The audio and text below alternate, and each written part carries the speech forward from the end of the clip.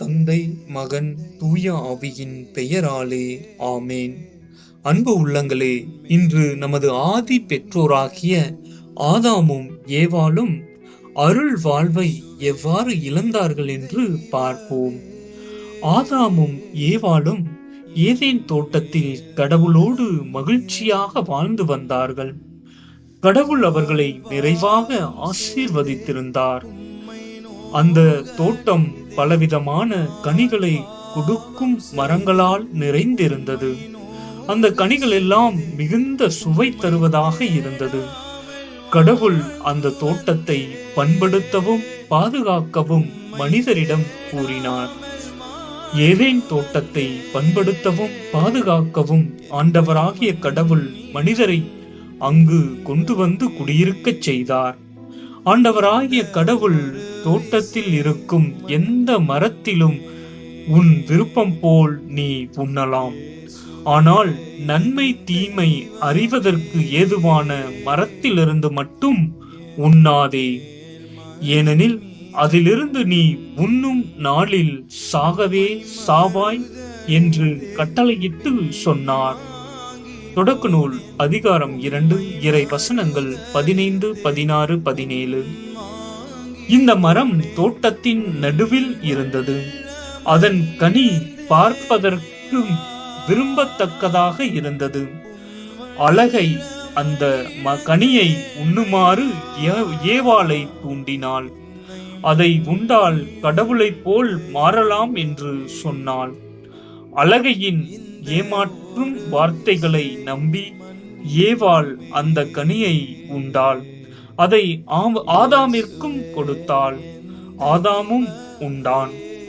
கடவுள் கட்டளையை புறக்கணித்து அழகையின் வார்த்தைகளை ஏற்றுக்கொண்டனர். அவர்கள் கடவுளுக்கு கீழ்ப்படியாமல் போனார்கள். இவ்வாறு அவர்கள் பாவம் செய்தார்கள். நாமும் கடவுளின் கட்டளைகளுக்கு கீழ்ப்படிய தவறும் பொழுது பாவம் செய்கின்றோம்.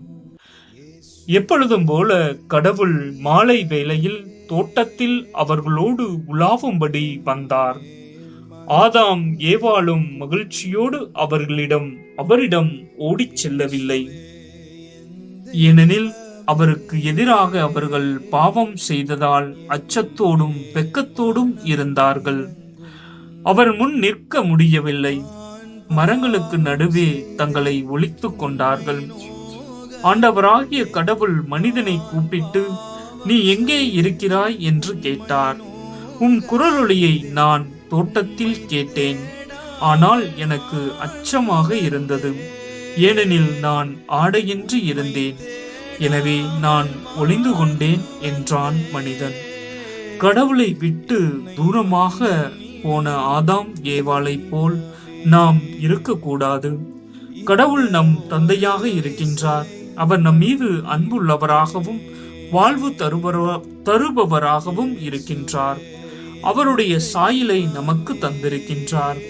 நாம் அவருடைய கட்டளைகளுக்கு கீழ்ப்படிய வேண்டும். மாசற்ற வழியில் நடப்போர் பேறு பெற்றோர். ஆண்டவர் திருச்சட்டத்தின்படி நடப்போர் பேறு பெற்றோர். திருப்பாடல் 119:1. அழகையின் வார்த்தைக்கு நாம் செவி கொடுத்து கடவுளை விட்டு தூரம் சென்று விடக்கூடாது. எனவே நாம் கடவுளை அன்பு செய்து கீழ்ப்படிந்து அவருடன் இணைந்து என்றும் வாழ வேண்டும்.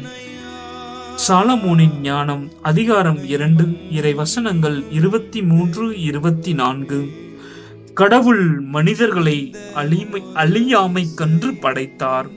தம் சொந்த இயல்பின் சாயலில் அவர்களை உருவாக்கினார். ஆனால் அழகையின் பொறாமையினால் சாவு உலகில் நுழைந்தது.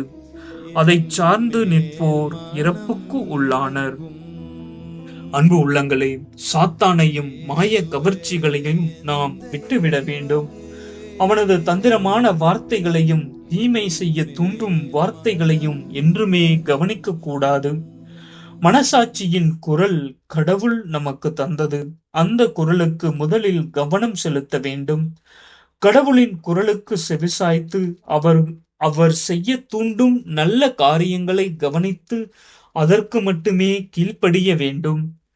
என் ஆண்டுகள் எனது குரலுக்கு செவி சாய்க்கின்றது என்ற ஆண்டவர் இயேசுவின் வார்த்தைகளுக்கு ஏற்ப அவரது குரல்களை கேட்கும் எல்லையில் எப்பொழுதும் நாம் இருக்க வேண்டும். பாவத்தில் விழுந்த ஆதி பெற்றோர் ஒருவர் மீது பழி சுமத்தியது போல நாம் பிறரை ஒருபோதும் காரணமாக கூறக்கூடாது. என்றுமே கடவுளின் கட்டளைகளை கடைபிடித்து அவரது அன்பில் நிலைத்திருப்போம். ஆமேன்.